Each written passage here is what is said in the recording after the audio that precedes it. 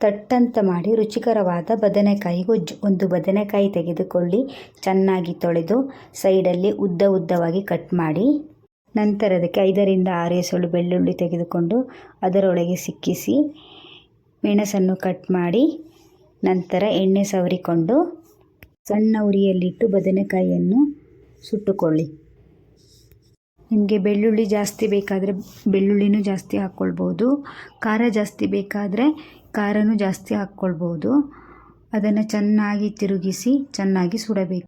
5ರಿಂದ 10 ನಿಮಿಷದಲ್ಲಿ ಚೆನ್ನಾಗಿ ಬೆಂದಿರುತ್ತೆ. ನಂತರ ಗ್ಯಾಸ್ ಆಫ್ ಮಾಡಿ ತಣಿಯಲು ಇಟ್ಟುಕೊಳ್ಳಿ. ತಣಿದ ನಂತರ ಚೆನ್ನಾಗಿ ಅದರ ಸಿಪ್ಪೆ ತೆಗೆದುಕೊಳ್ಳಿ. ಬೆಳ್ಳುಳ್ಳಿ ಬದನೆಕಾಯಿ ಚೆನ್ನಾಗಿ ಬೆಂದಿದೆ, ಮೆಣಸು ಚೆನ್ನಾಗಿ ಬೆಂದಿದೆ. ನಂತರ ಅದಕ್ಕೆ ರುಚಿಗೆ ತಕ್ಕಷ್ಟು ಉಪ್ಪು, ಈರುಳ್ಳಿಯನ್ನು ಹಾಕಿ ಚೆನ್ನಾಗಿ ಮಿಕ್ಸ್ ಮಾಡಿ. ಕಾಯಿ ತುರಿ ಬೇಕಾದರೂ ಹಾಕಿಕೊಳ್ಳಬಹುದು, ನಾನಿಲ್ಲಿ ಹಾಕಿಲ್ಲ.